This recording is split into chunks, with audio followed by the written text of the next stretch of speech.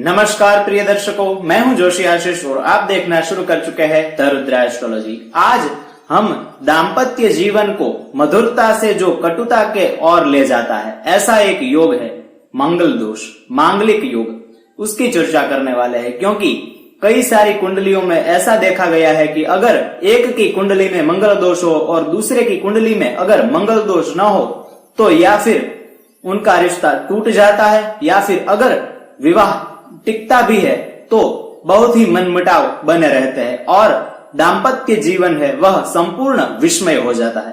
तो ऐसा मांगलिक दोष कुंडली में कब बनता है, वह कितना भयानक है, भयंकर हो सकता है और मंगल दोष कितना प्रभावशाली, कितना शुभ फल हमें देता है। और अगर मंगल दोष है और विवाह में हमें मधुरता बनाए रखनी है तो उसके लिए हमें क्या कार्य करने होंगे, उसके क्या उपाय करने होंगे, उसकी आज हम चर्चा करने वाले हैं। तो थोड़ा ये वीडियो लंबा हो सकता है परंतु आपको बहुत ज्यादा ज्ञान मिलने वाला है, तो बने रहिए हमारे साथ। आइए शुरू करते हैं। हमसे जुड़े रहने के लिए हमारे YouTube चैनल को सब्सक्राइब करें और नई वीडियो की नोटिफिकेशन के लिए बेल आइकॉन को दबाएं। अगर आप ये वीडियो Facebook पर देख रहे हैं तो लाइक जरूर करें और ज्यादा से ज्यादा शेयर करें। धन्यवाद। सबसे पहले शास्त्रों का प्रमाण हम आपको देते हैं। शास्त्रों में एक श्लोक लिखा हुआ है कि लग्ने व्यये च पाताले जामित्रे चाष्टमे कुजे कन्या भर्तुः विनाशाय भर्ता कन्याम विनाशदः। इस श्लोक का अर्थ होता है कि अगर किसी की कुंडली में लग्न जो प्रथम स्थान है, व्यये 12वां जो स्थान है, पाताले चतुर्थ स्थान, जामित्रे 7वां स्थान और अष्टमे 8वां स्थान है, उसमें अगर कुजे मंगल रहता है तो कन्या भर्तुः विनाशाय, कन्या है वह अपने पति का विनाश कर देगी और पति है वह कन्या का मतलब कि जिससे शादी होने वाली है उस कन्या का नाश कर देगा। ऐसा शास्त्रों में क्यों लिखा हुआ है उसकी हम विस्तार पूर्वक चर्चा करते हैं। और मंगल दोष एक की कुंडली में हो और एक की कुंडली में न हो तो ही बनता है। अगर दोनों मांगलिक हो, दोनों की कुंडली में मंगल दोष हो तो मंगल दोष नेस्त नाबूद हो जाता है। अब जानते हैं मंगल दोष कब खत्म हो जाता है, खुद ब खुद कुंडली में मंगल दोष कब खत्म हो जाता है और हमें निवारण करने की भी कोई आवश्यकता नहीं रहती। अगर जिस स्थान में हमने आपको मंगल बताया कि लग्न में 12वें भाव में, चौथे भाव में, 7वें भाव में और 8वें भाव में, कुछ विद्वान आचार्य है वह द्वितीय स्थान के मंगल को भी मंगल दोष का कारण बताते हैं। और अनुभव से यह बात ज्ञात हुई है कि किसी की कुंडली में अगर द्वितीय भाव का मंगल हो तो वह शादी में विलंब करवाता है। और अब बात करते हैं मंगल दोष कैसे खत्म हो जाता है। अगर इन स्थानों में शनि हो, राहु हो, केतु हो, ऐसे पाप ग्रह हो और सूर्य जो कि शत्रु क्षेत्री हो वह इस स्थानों में हो तो भी मंगल दोष का प्रभाव खत्म हो जाता है। अब कुंडली के आधार पर देखा जाए तो किस लग्न में मतलब लग्न का जो स्थान है उसमें कौन सी राशि हो तो किस भाव का मंगल है वह मंगल दोष का प्रभाव कम कर देता है, अर्थात मंगल दोष नहीं रहता है। तो सबसे पहले मेष या फिर वृश्चिक लग्न हो, प्रथम जो स्थान है वह स्थान में अगर मेष या वृश्चिक राशि हो तो अगर चतुर्थ स्थान में माता का स्थान है उसमें अगर मंगल हो तो मंगल दोष नहीं रहता है।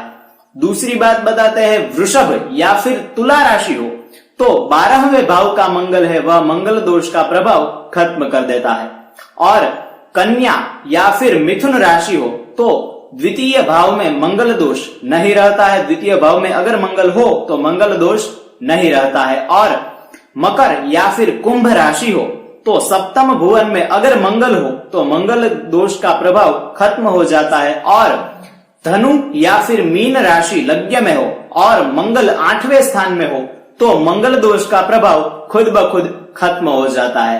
और अगर मंगल किसी भी शत्रु क्षेत्री में है, मतलब कि मंगल की जो शत्रु राशियां है उसमें अगर मंगल हो, मंगल के साथ पाप ग्रह हो और मंगल अगर नीच अवस्था के या फिर अस्त अवस्था के हो तो भी मंगल दोष का प्रभाव नहीं लगता है। और अगर बात की जाए तो मंगल के साथ अगर गुरु महाराज विराजमान हो, बुध हो तो भी मंगल दोष का प्रभाव खत्म हो जाता है या फिर ज्यादा अंश तक खत्म नहीं होता परंतु कम हो जाता है। और इसका दुष्परिणाम कुंडली में बहुत कम देखने को मिलता है। बात करते हैं मंगल दोष के विषय में। कुछ मान्यताएं हैं, मतलब कि जैसे कोई बात करते हैं कि अगर 28 वर्ष का व्यक्ति हो जाए या फिर कन्या 28 वर्ष की हो जाए तो उसकी कुंडली में मंगल दोष खुद ब खुद खत्म हो जाता है। और अगर लौकिक प्रमाण से देखा जाए तो कोई भी व्यक्ति हो जो 28 वर्ष का हो चुका हो परंतु अगर उसकी शादी न हुई हो तो समाज में अगर ऐसी मान्यताएं फैलने लगती है कि इस व्यक्ति में कोई कमी होगी, इसीलिए इसकी शादी नहीं हो रही है। अगर मंगल दोष का प्रभाव देखा जाए तो वह मंगल दोष का प्रभाव होता है। कहीं मंगल आकाश में लुप्त नहीं हो जाता कि 28 वर्ष हो गए इसलिए इसका मंगल दोष खत्म हो जाता है, परंतु अगर उसकी अंतरदशा हो, उसकी दशा हो, तो उसमें उसका फल उसे अवश्य भुगतना पड़ता है। और इसी बात को अगर हम आपको संक्षिप्त में बताएं कि मंगल दोष है वह कोई भयानक राक्षस नहीं है, परंतु वह लग्न जीवन में कष्ट और तकलीफ पैदा करता है। अब जो ज्यादातर लोगों के मन में प्रश्न उठता है उसका उत्तर देते हैं कि अगर एक मंगली है तो उसकी शादी दूसरे मांगलिक से क्यों करवाते हैं। उस प्रश्न का उत्तर हम आपको बताते हैं क्योंकि मंगल का जो स्वभाव है वह उग्र स्वभाव है, मतलब कि व्यक्ति जल्दी क्रोधित हो जाता है। और अगर किसी का मंगल प्रभावशाली है, उसकी कुंडली में मंगल दोष है, तो वह व्यक्ति ज्यादा आत्मविश्वासी होगा और अपने पात्र के प्रति, पात्र का मतलब होता है सामने वाला जीवन साथी, उसके प्रति ज्यादा शंकालु होता है और एकाधिकार जमाने की कोशिश करता है। और प्लस पॉइंट इस बात का यह है कि अगर किसी का मंगल प्रभावशाली है, मांगलिक है, तो उसमें वाक्पटुता ज्यादा होगी, वह बोलने में अधिक प्रभावशाली होगा और दूसरों को जल्दी आकर्षित करता है। तो ऐसा अगर व्यक्ति हो जो अपने पात्र के प्रति एकाधिकार जमाता हो और दूसरे लोगों को भी आकर्षित करता हो, तो उसे कंट्रोल में रखने के लिए उसके जैसा ही सामने होना चाहिए या फिर इसका प्रभाव खत्म करना चाहिए कि यह एकाधिकार जमाता है तो बाहर से किसी को आकर्षित न करे। तो इसीलिए सामने का पात्र है वह भी मंगली होना अत्यंत अनिवार्य है, जिससे यह अपने पात्र के प्रति, मतलब कि पत्नी है उसके प्रति एकाधिकार जताता है कि यह सिर्फ मेरी है।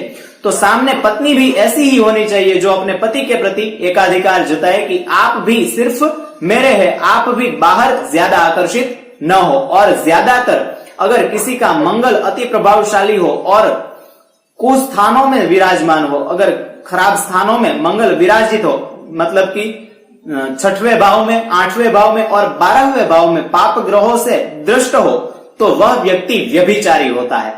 और मंगल का जो स्वभाव है वह ज्यादा आत्मविश्वास पूर्ण होता है। तो ऐसे दो मंगली लोगों की शादी होना अत्यंत अनिवार्य है, जिससे दोनों के जीवन में, दाम्पत्य जीवन में मधुरता बनी रहती है। और अब जानते हैं मंगल दोष हो तो उसके क्या उपाय करने चाहिए। एक की कुंडली में हो और दूसरे की कुंडली में अगर मंगल न हो, मंगल दोष न हो, तो उसका क्या उपाय करना चाहिए। मंगल का यंत्र निर्माण करना चाहिए और उसका विधि विधान पूर्वक पूजन करना चाहिए और उसका जप अनुष्ठान करना चाहिए। दूसरा, मंगल का जो मंत्र है, बीज मंत्र है, वैदिक मंत्र है और पौराणिक मंत्र है, इन तीनों मंत्र में से आपकी आवश्यकता और निष्ठा के अनुसार किसी भी एक मंत्र का संपूर्ण अनुष्ठान पूर्ण करना चाहिए। और अन्य उपाय बताते हैं कि हनुमान जी की किसी विद्वान आचार्य के पास उपासना करवानी चाहिए और भगवान शिव की भी आप जितनी उपासना करते हैं वह मंगल दोष में अत्यंत प्रभावशाली होती है और मंगल दोष का प्रभाव खत्म हो जाता है। अब इस प्रश्न का उत्तर देते हैं कि ज्यादातर लोग पूछते हैं कि क्या यह उपाय कर लेने से मंगल दोष खत्म हो जाता है। नहीं, मंगल दोष का उपाय कर लेने से मंगल दोष संपूर्ण प्रभावहीन नहीं होता, परंतु ज्यादा अंश में उसमें कटौती आ जाती है। और जैसे किसी भी व्यक्ति को तलवार की घात हो तो वह सुई से मिटाई जा सकती है, वैसे ही मंगल दोष का प्रभाव तलवार से सुई तक का किया जा सकता है। अब मंगल दोष हमने स्थान बताए कि लग्न 12वां, 4था, 7वां और 8वां और कुछ आचार्यों के मत से द्वितीय स्थान, इन सभी स्थानों में मंगल हो तो भी उसका अलग अलग फल होता है। जैसे कि लग्न का मंगल हो तो क्या मंगल दोष का फल होगा, चतुर्थ भाव में मंगल हो तो मंगल दोष का क्या फल होगा, ये सब अगर आप जानना चाहते हैं तो आप हमें कमेंट करके बताइए, जिससे हम विस्तृत चर्चा एक नए वीडियो में लेके आएंगे और संपूर्ण विवरण की इस यज्ञ में यह मंगल है वह किसको लाभदायी होगा और किस प्रकार का इसे नुकसान भुगतना पड़ेगा। ऐसी चर्चा अगर आप बताते हैं आपको जरूरत है तो हम जल्द ही लेकर आएंगे। और अगर यह वीडियो आपको पसंद आया हो तो लाइक कीजिए, शेयर कीजिए और हाँ, अगर पहली बार मुलाकात ले रहे हैं तो सब्सक्राइब करना न भूलें। जल्द ही मिलते हैं एक नए विषय के साथ, तब तक के लिए धन्यवाद।